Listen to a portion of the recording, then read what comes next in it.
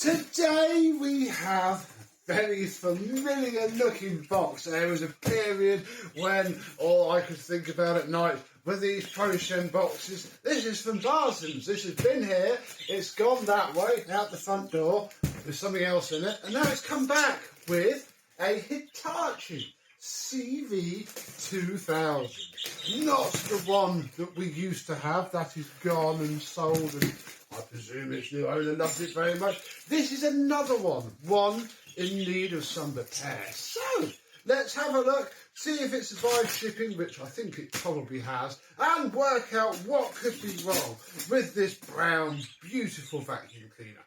Let's have a look.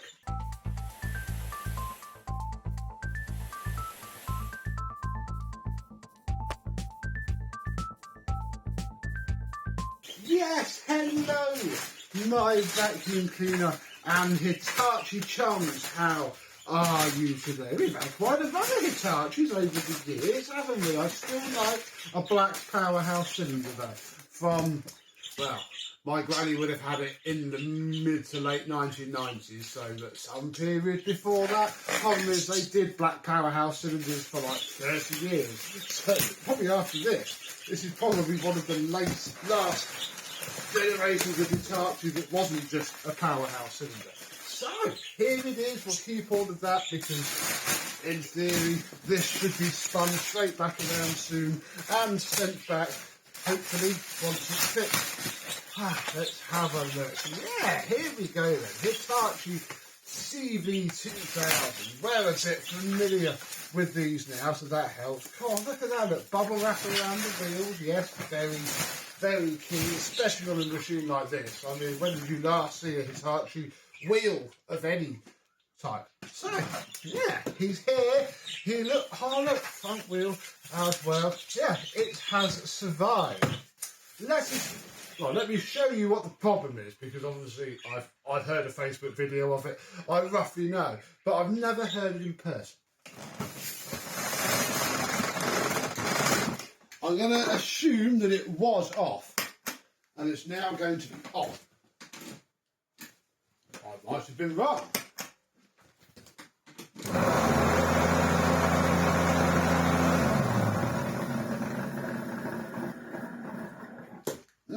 That is not a happy Hitachi CV2000. But as I wind the cable back up, I'm smelling its behind, and it does smell a bit ozony actually. That's a bit of a shame. Whatever that was has come out the other side. I don't know if it smells ozony or just stale. I mean, I imagine it's probably got, oh no, fairly spotless. Oh look, its filter is doing the same thing that mine did. Yeah. Now the other thing that makes this significantly easier to just have a bit of a look at is that I already own, if I can remember which side it is, the 4.5mm, I'm pretty sure it is, star bit. It's a game bit screwdriver. In the 80s, game bits must have been the equivalent of Torx bits now, because lots of Nintendo cartridges are held together with this exact same screwdriver, which is excellent because it meant it was like £3.40 delivered, which is exactly what you want. So there's 3 on the front. Oh, we can see the fan. Hello, Mr. Fan. You're not loose, are you? Yes. Uh-oh. There is a significant wobble going on with that fan. So I'm going to guess our bearings are crackered. What do you think? I've never known that with a Hitachi before. These seem quite reliable, robust motors. Right, there's no screw there. Here we go. One here. Oh, I should probably get a driver of it, but this is only the second time I've ever used it, bar my own, but it is handy. The 90s powerhouse uprights have one of these very deeply buried, which if you haven't got a screwdriver, you really cannot get to. Right, there we go. Now, let's try and remember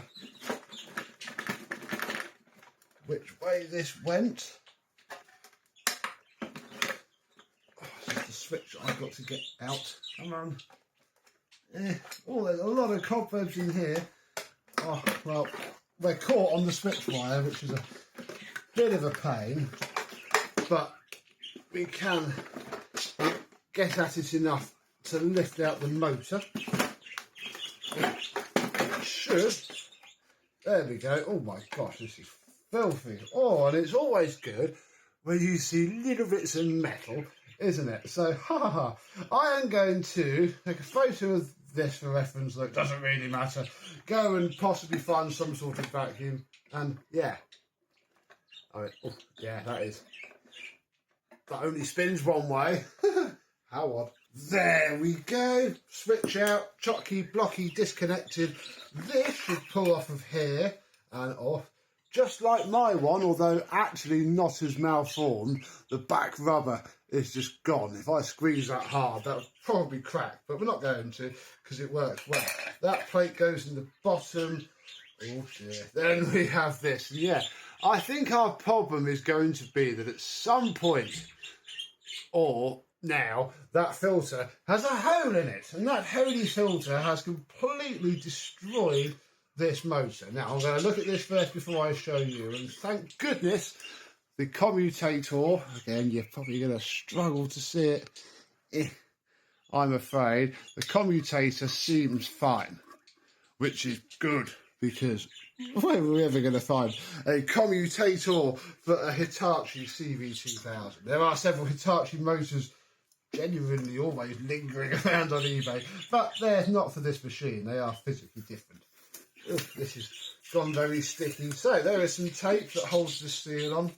Off that goes. And now I need to roughly remember, because it's been a little while now, how this all comes apart. And I'm fairly sure that we don't have to start underneath. We can start from up here with these nuts. Let us attempt to begin, and we shall begin by flicking out the carbon brushes, which, yeah, that's good.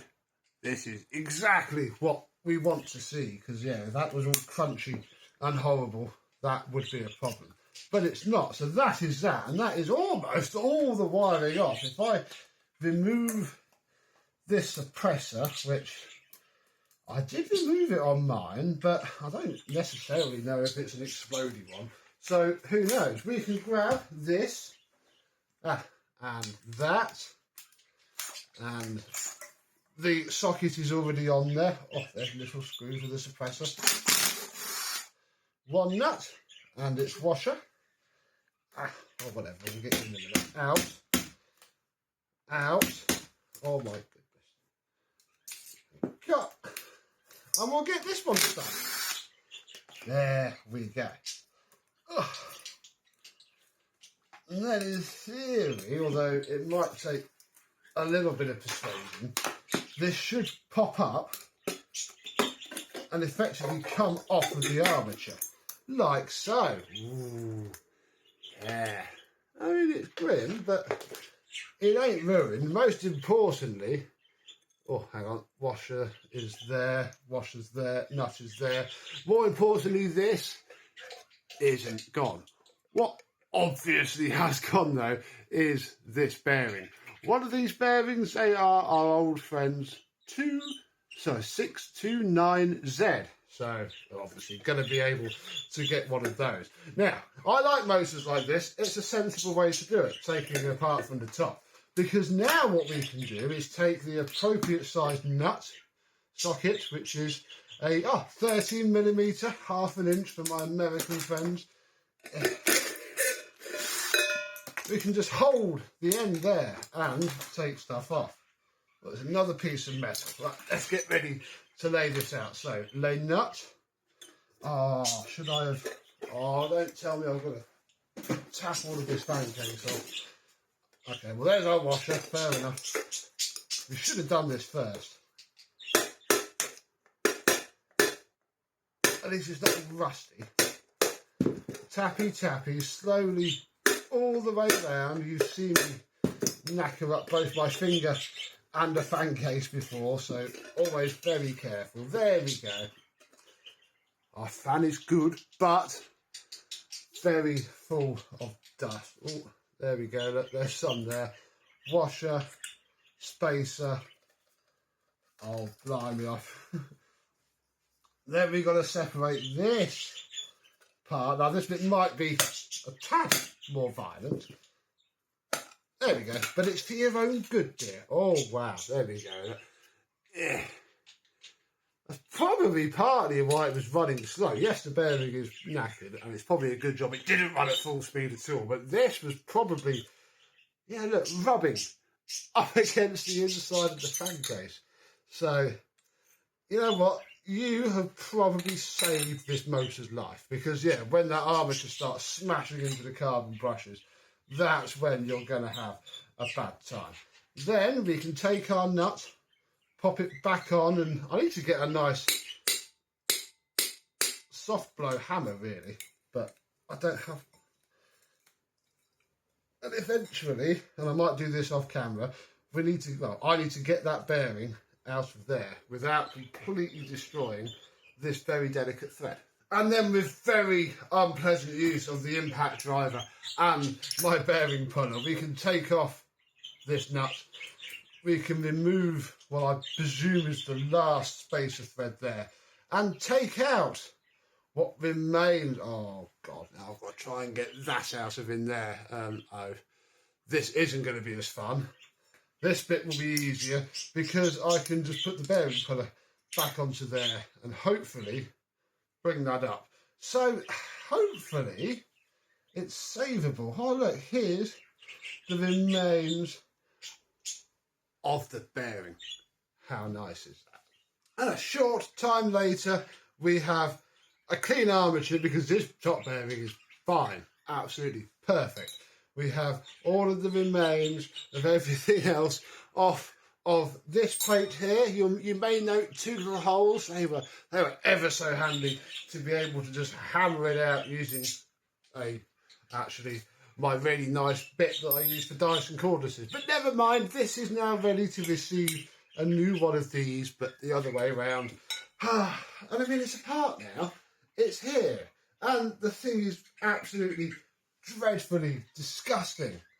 And this is all fine. So, yeah, I like the person who asked me to fix this. We've had a good few laughs together. We traded a few vacs. I mean, I'm not going to go as deeply as I did with mine, but we'll get all of the motor cleaned up, find the new bearing, and I'll get all of this plastic washed, and we'll come back when it's time to reassemble it. In fact, actually, before we even do that, what is wrong with this then? Because that's only the shroud. That is fine, because it all should get caught by this filter that is in here. If we take these three screws out, normally I had a brand new flipping filter, but before he got this machine, I sold it. In fact, I think I gave it away with mine when I sold it. So, but it had a hole or two, and we were able to fix that. So I wonder if, and I'm also going to probably tell him that he should use it bagged, but these are difficult things to use bagged. Oh, there we go. Where can we see daylight? Seemingly nowhere. Ooh, okay. So the filter doesn't have a gaping hole or anything like that. So maybe it just wasn't fitted one time, or I don't know, it was fitted wrongly. I don't know really. It's hard to tell, but obviously the proof is in the pudding. So I shall see you all when this is a bit cleaner. 48 hours and £3.75 posted in the UK. This would have cost £1 to put through the post. So it's for £2.75. Look, by Dunlop. They make tyres, don't you know? This should hopefully go onto there. Which, it does. Look at it. It's a beautiful, beautiful fit. There is no movement in that at all. And our armature can now have one new bearing. Not this one. I think this one's going to be okay. Just the one new bearing. And now I can carry on putting it together, because I might have got a little bit distracted, and look, I accidentally got the machine polisher out and accidentally cut some nice new sound deadening foam, accidentally gave it all a nice wash, and it's a bit dusty now, but a nice wash and a nice clean. But more on that in a second, because I'm now going to, oh my goodness, get you back on later. I'm now going to take our nice new bearing, for our armature, and hopefully it's just going to tap into here, which it might need a little bit of persuasion, because I might actually need to bend that back out a little bit. I think it did get just a tiny bit dinted when we hammered the old one out, but soon, hopefully, as the bell goes, we should have a working machine. So let me get on with it. Right, has that worked, or was this all a waste of time? And deep down, this thing is very broken. Promising.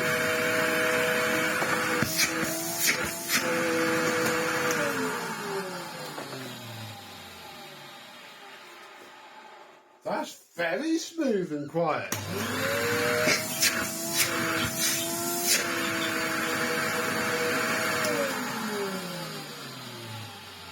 Good enough, certainly.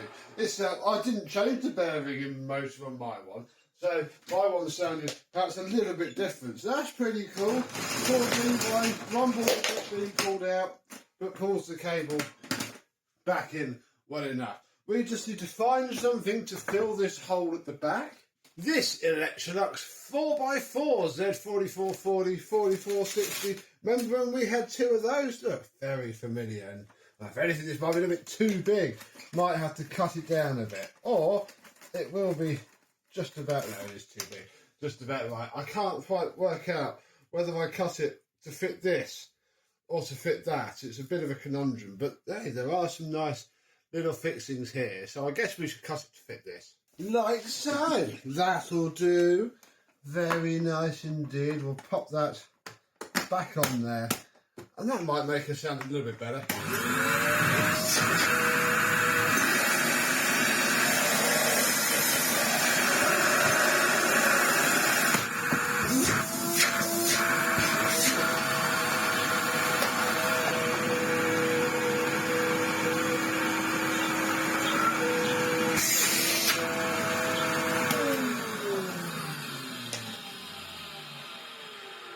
That will do. I mean, it doesn't have much filtration. I haven't refitted the inner sound ending bit from the motor because that was so clogged up with dirt.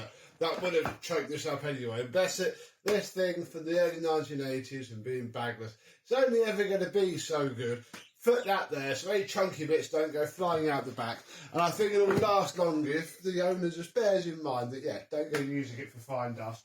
Have a thorough vacuum first with something else before you push it around. I should know. I used it for a month. And before we go, look at the plug. I didn't notice this before, but look, I think that's a T for a Tesco logo. What do you think? I mean, it's nothing special otherwise. Made in China before shielded pins were a thing. But yeah, there we go. Oh, just caught the one much better than my one did. Very good indeed. And this is done.